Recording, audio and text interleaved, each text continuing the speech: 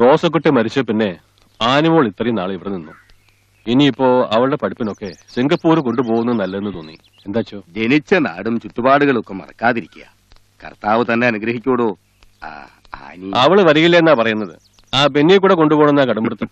അവരൊരു പ്രത്യേക കൂട്ടാ. ഇത്രയും നാൾ ഒരുമിച്ച് കളിച്ചു വളർന്നവരല്ലേ. പിരിയാൻ വിഷമം ഉണ്ടാവും. അവളെവിടെ? ആ പിള്ളേരോടെ കളിച്ചു കിടക്കാം. അപ്പൊ ഞാൻ എന്നാ അങ്ങനെ ആവട്ടെ.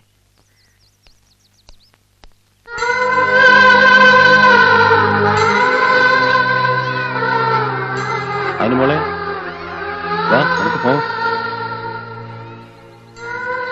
മോനെ നന്നായിട്ട് പഠിക്കണം കേട്ടോ. പോയിട്ട് വരട്ടെ. വാ മോളെ.